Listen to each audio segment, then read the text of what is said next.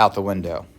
So, all right, we know the graph of any quadratic function makes a parabola, and we know the functions that we've used in the past, like the general equations we've used in the past, ax squared plus bx plus c, or f of x equals a times quantity x minus h squared plus k. We're not going to use either one of those, okay? We can use knowledge of them to kind of help us out, but what we're going to do instead, and the things that I'm going to ask you to find, are better derived from a different equation rather than the equations that you guys have used in the past. Okay, what a parabola actually is, other than the graph of a quadratic, it's a collection of all the points, P, in the plane that are the same distance from a fixed point F, which is called the focus. We've dealt with focus a lot in the past for several of our other conics, but we have one with a parabola as well too. It's probably something you guys may have seen before, but it is the same distance from F, your focus, as they are from a fixed line D, which is called the directrix. Have you guys heard of focus and directrix with a parabola in the past? No. No? First time we're seeing it? Okay, cool. That is the parabola. So the directrix, that is the parabola is the set of all points P for which the distance between our point F and a point P on the parabola is equal to the distance from point P to our directrix. So whatever the distance is from F to P would be the same distance from P to the line D. Okay, so that distance remains the same. Okay. All right, so our focus, we're going to call the point 0, P. Kind of hard to see that that is a P, but we're going to call that point 0, P, and we will use that in our equations to in the next slide. But let's look at an illustration first. All right, little interactive tool of our parabola.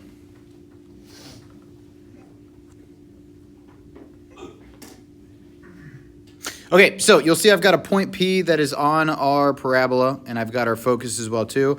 Our directrix is that line underneath. It's shown as a horizontal line. Doesn't always have to be horizontal. We'll find that out here very soon, okay? So you'll see when I find the distance from my focus to P, whatever that distance is, it is going to be the same distance from P to my directrix as well too, okay? And I can move that point anywhere on my parabola, and those distances you will see remain the same. Now notice it's not a constant distance, so the distance isn't the same value no matter where the point is at, but the distance values, the length of those two distances will remain the same. Okay? All right.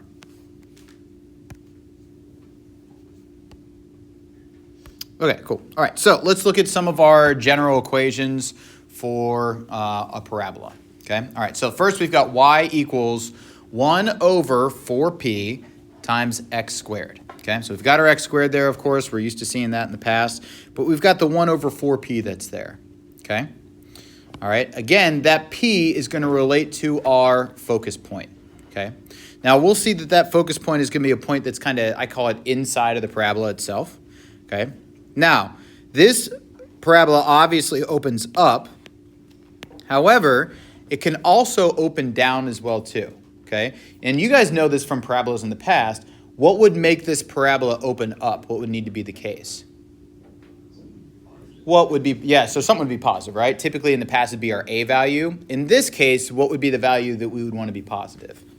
Good, so it opens up if P is greater than 0, and then it opens down if P is less than 0, okay? All right. Where is our vertex at in this demonstration? Yeah, that's going to change. It's not always going to be the origin, but for now we're doing 0, 0, okay? Our focus is going to be that point F that's shown in the picture. I'm going to tell you guys that that coordinate is going to be 0 and then P. And it's the same P value that comes from the general equation of our parabola, okay? All right, now our focus is equidistant from our parabola as it is to the directrix, okay? So if that's the case, where our focus is at the coordinate point 0, P, what would be the equation of our directrix in this case? So the equation of that line, the directrix. Michael? It'd be y equals negative P. Yeah, it's got to be equidistant, okay? So whatever distance it is from here, from F to our center in this case, it's going to be that same distance there. Now, it doesn't look like it's actually to scale here, but that's what the case is, where our directrix is going to be y equals negative p, okay? Now, there's something called a focal chord, not a vocal chord, but a focal chord in the graph of our parabola as well too, okay? And we'll find that our focal chord is the chord that connects our focus to our parabola, okay? So the length of that line, drawn horizontal or vertical, which we'll see in the future, that is going to be our focal chord, okay? And that is going to be absolute value of 4p. Amog? So you said the distance between F and the origin is the same as the origin in D? Yep. So Doesn't look like it in that picture. Wouldn't it be y equals negative F without the P? Y equals what? Negative F. Well, it kind of is. P is a coordinate in F. So I know the notation I use may be a little bit confusing, but Amog, let me put this, and I think it'll make more sense. This coordinate is 0p. So that y distance from 0 to p is going to be the same distance from D. That's why we use p as our value for our directrix. Does that make sense now? Yeah. Okay. I totally get what you're saying, though. But yeah, we're going to use p for that. Okay. All right. Let's look at a parabola that opens instead to the right. Now, we're not used to seeing parabolas that look like this. Why not? It's not a function, right? It doesn't pass our vertical line test when we include that entire domain and range, okay? So we don't typically study them. But now, since we're studying conic sections, we're going to look at these, okay? So it's going to be right again when p is greater than 0, and then it is going to be left, opens left, when p is less than 0. That is a greater than sign. So when it is less than 0, we're going to say that it opens left. All right? Okay. What's coordinate of our vertex again? 0, 0. What about our focus this time? What would be the coordinate there if we use the same letter? Yeah, so it'd be p0 this time instead of 0p. Okay? What would be the equation of our directrix? We're talking vertical line now, so very good. Yep. Why did I almost write D? Negative p. Like my length of my focal chord is going to stay the same, and it's going to be the absolute value of 4p. All right. Okay, more stuff for you guys to memorize, which I know is your favorite thing. All right, here we go. Let's do some examples. All right, so graph y equals negative 1/8 x squared. I also forgot to call this out, so I'm going to step back to the other slide. What is our difference between opening up and down compared to opening left to right? How do I know when it opens down, up or down, compared to how do I know that it opens either left or right? Or what, where x and y are, or where the square is at, right? So if my square is on, if it's in that form already, if it's not in that form, then I would have to look at where the square is. So if the square is on the x, it opens up and down. Think of like parabola that you're used to. And then if the square is on the y, then it opens left or right. Okay? All right, cool. This one's going to open what? Up or down? Or left or right? It would be up or down, right? Which one is it? Is it going to open up or is it going to open down? It's going to open down. Good. I can tell because I've got a negative on my x squared value, right? All right, we need to figure out what p is, okay? So here's what I would do. I would set negative 1/8 equal to 1 over 4p, and then we can pretty easily figure out what our p value is going to be. What would we get? P equals what? -2. Good. Okay. So I know that's my p-value, which is going to help me find all the rest of my stuff. What's my vertex? 0, 0. Keeping it on easy mode for now. All right. What about our focus?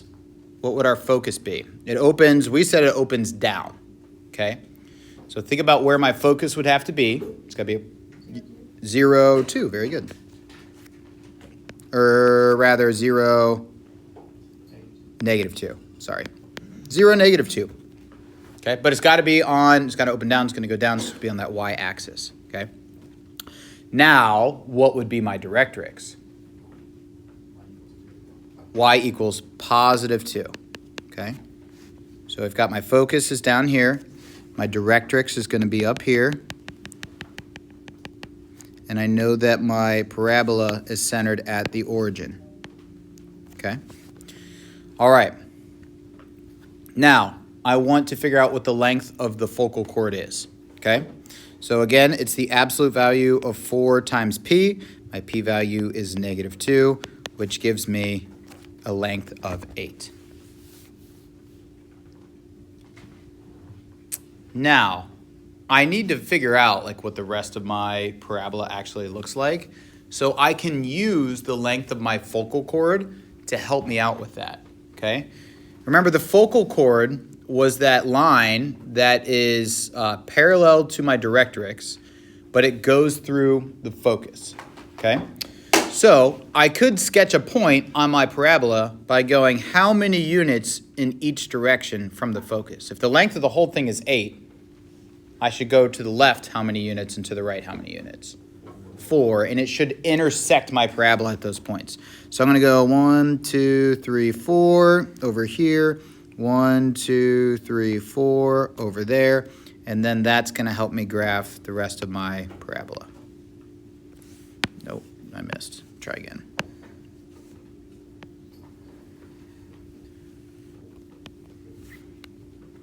Okay, so then we can see that if I plot that focal chord, the length is going to be a length of 8.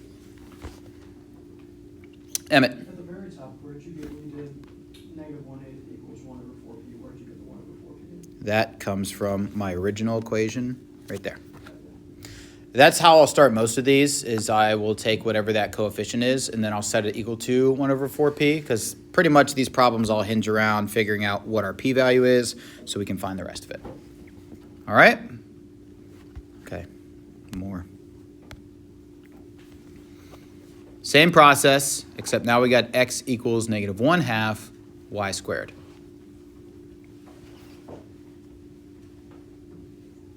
All right, by looking at this, we can figure out whether it opens up, down, left, or right. What are we thinking this time? Left, specifically, right? Or I should say correct, because the square is going to be on the y value, and since my leading coefficient is going to be negative, then I know that it's going to open to the left. So we're going to say opens left. All right, now I need to figure out what that p-value is. So I'm going to set -1/2, still equal to 1/4p from my equation on the last slide. Okay? We can use number sense, you can cross multiply, a couple ways that you can go about doing it, but what is our p-value going to be? -1/2. P would have to be -1/2 in order for us to figure out, or in order for us to get that value of -1/2. Okay? So if I multiply 4 by -1/2, I get -2 in the denominator, so then that would give me 2 equivalent fractions. Okay? So I can use that to find the rest of my values. Okay? Where is my vertex going to be?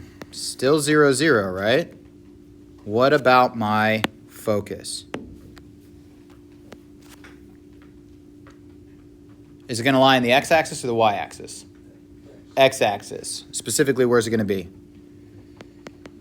-1/2? Yeah. Yeah? Okay, 0. Great. Okay, talk to me about directrix. What's that equation look like?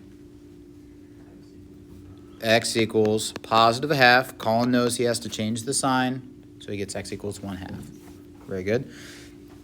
All right, what's the length of our focal chord? Absolute value of 4 times -1/2, which is our p-value. So a length of 2. Sound good? Hey, did you guys start graphing it already? I'm going to change my scale. Is that all right? Can I do that? If not, I don't know what to say. But I'm going to say this is 1, 2, 3, 4, 5, -1, -2, -3, -4, so on and so forth, okay? That way we have the halves there, so we can get a little bit more telling of a graph, okay? Our vertex is at 0, 0, of course. Our focus is going to be at negative 1/2, 0. So we're going to say right over chair.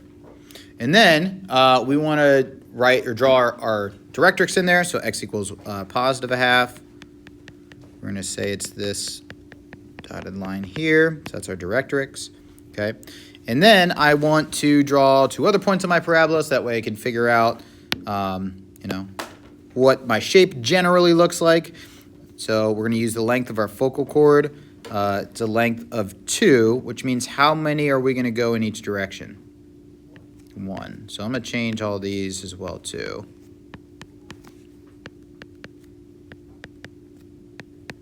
All right, so I'm going to go 1 in the direction, nope, sorry. Forgot to change it. Okay, so 1 in a direction of y. And then I can draw roughly what the rest of my parabola looks like.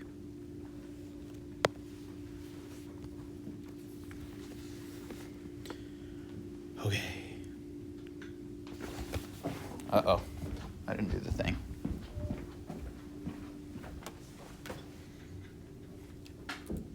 They're going to knock in 5, 4, 3, 2, 1.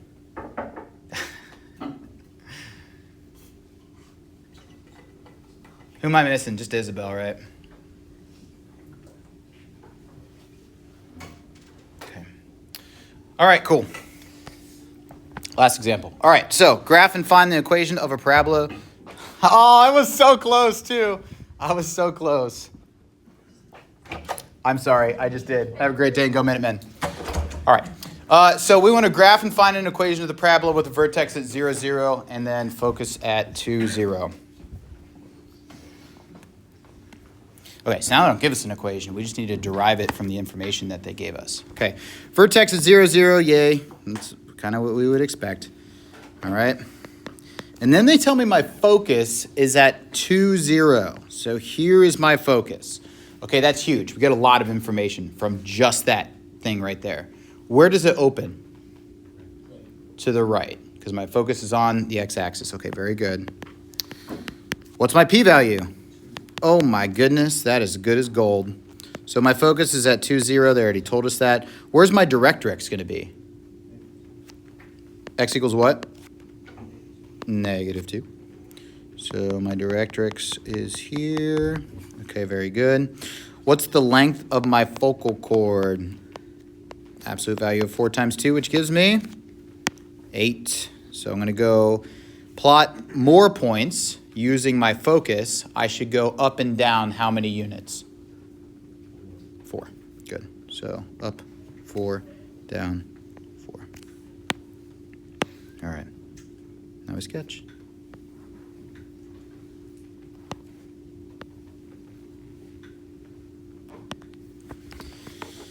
Okay. I feel like there's less to memorize with this one, which is good. Once we start getting to that h and k value, though, things get a little tricky, but we will do that tomorrow. I want to finish that example from 3.3 where we got to complete the square. Okay? All right, questions on parabolas before we do that? Okay. 3.3, hyperbolas. We did this example 5, but then I wanted to complete the square with this one with you guys. So let's do that. All right.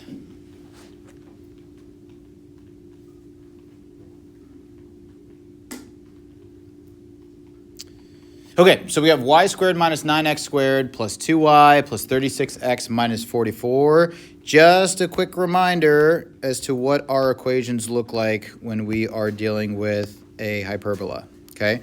So we've got quantity divided by values, very similar to ellipses, which you guys just finished that quiz on, but we're taking the difference of those two terms, okay?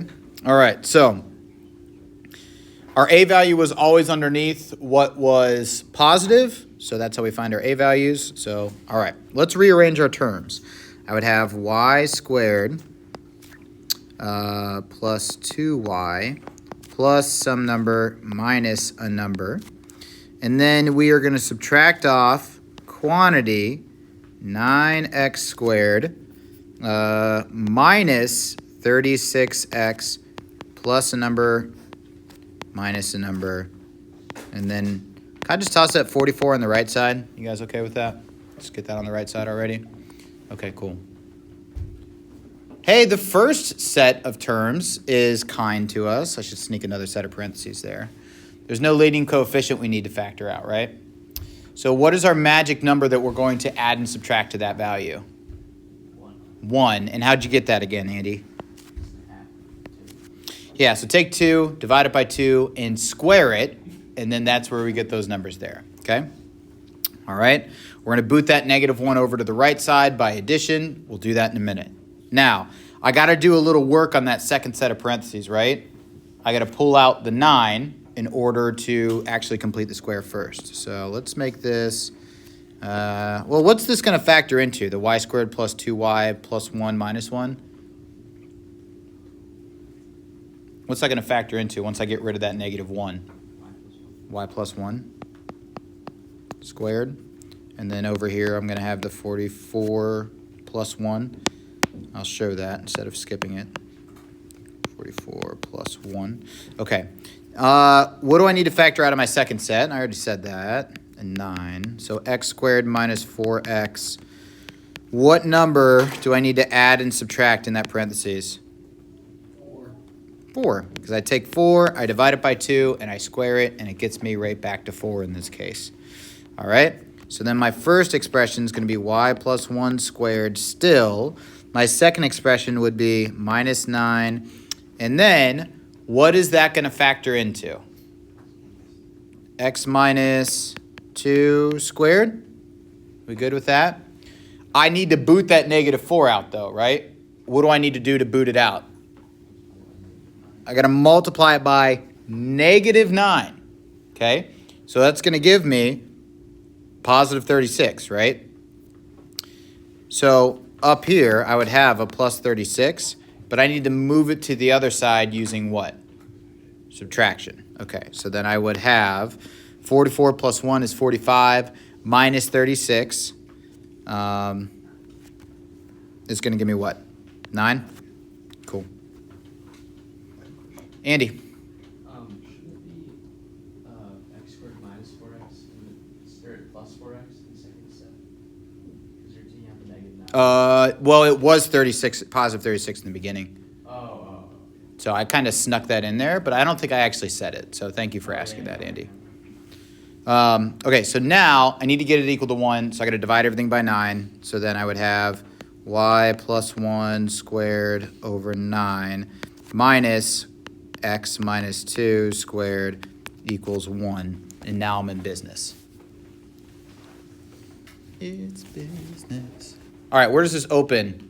What direction does it open? Up and down, right?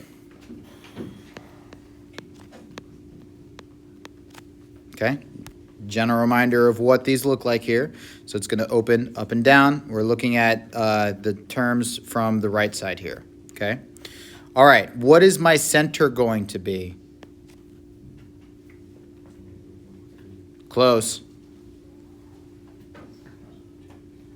We got to switch them x and y's. 2, -1, because my x coordinate's got to come. My h and k coordinate have to come from there. Okay. All right. So my center is going to be at 2, -1. So it's right there. Okay. Now let's find our a values. What is going to be our value for a?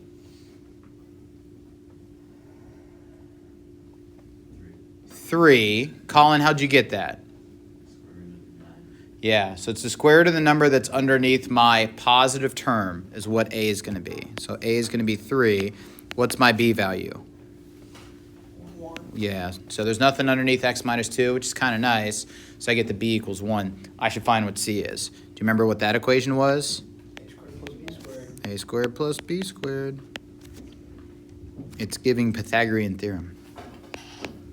C squared equals a squared, which is 9, plus 1 squared, which is 1. So I'm going to get c equals the square root of 10. No way I can break that down. That's fine. We can deal with that. All right, my vertices. Okay. So this opens up and down. So that means from my center, I'm going to have a vertice that is above it and then a vertice that is below it. So which coordinate are we affecting there and which coordinate stays the same for my H and K? Hey, thank you, miss. You're welcome. So my Y value is going to change. My X coordinate stays the same. My X coordinate is just H from our center. So it's going to be 2. And then we're going to have -1 plus or minus what value? My A value, which is 3. So I would have 2, -1 plus 3 is 2. And then 2, -1 minus 3 is -4. If you left it like this on the quiz, I will be lenient because you guys had shortened time, okay? However, in the future, please write them out as separate coordinates because sometimes mistakes are made when sometimes you just be like, oh, -1 plus 3 is 2. It's plus or minus 2. No, that's not right. All right, so vertices are going to be at 2, 2, and at 2, -4. All right, cool. Let's find my covertices. Okay. All right, covertices. I need to draw to the left and the right of my center in this case. All right. So that means my X coordinate is going to change and my Y coordinate stays the same. So I'm going to have my H value, which is 2, plus or minus my value for B, right? So my B value we said was 1. And then my K value stays the same, which is -1. So then my coordinates become 2 plus 1, which is 3, -1. And then my other X coordinate is going to be 2 minus 1, which is 1, -1. Okay? So my covertices are going to be 3, -1. And then 1, -1. There we go. All right, cool. My vertices and my covertices help me draw what? Yeah, because I draw that like rectangle, right? And then it's going to help me draw them asymptotes. So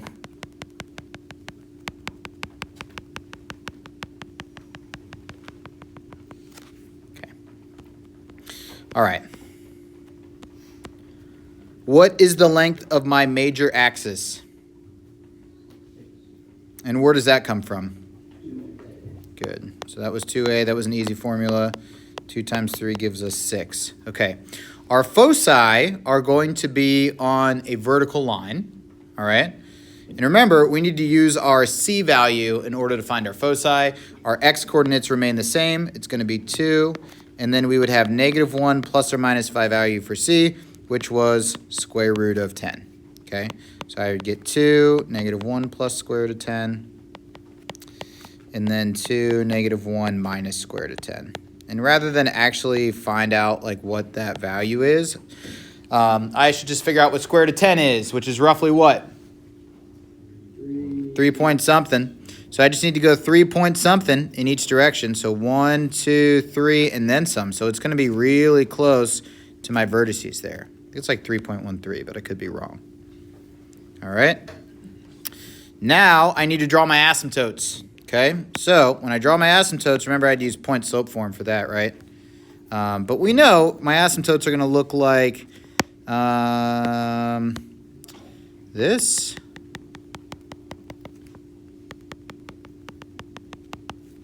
And this.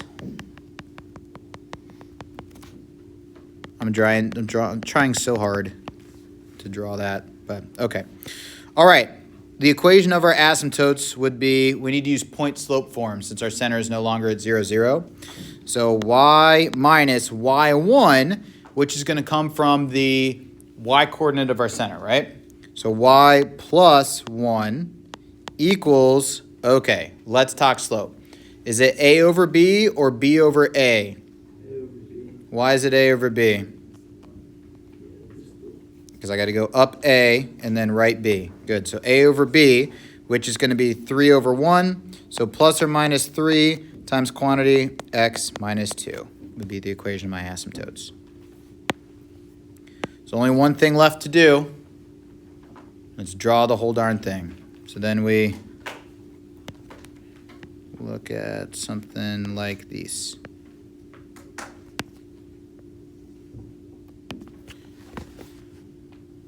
Okay.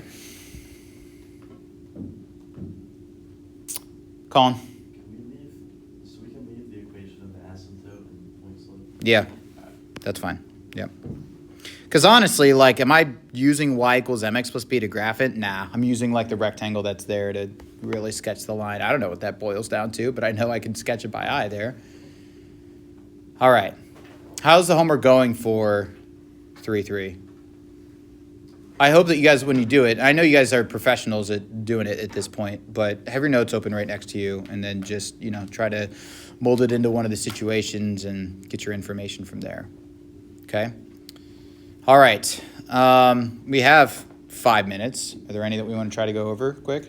Or Charlie, what's up, I bud? was gonna say test. All right.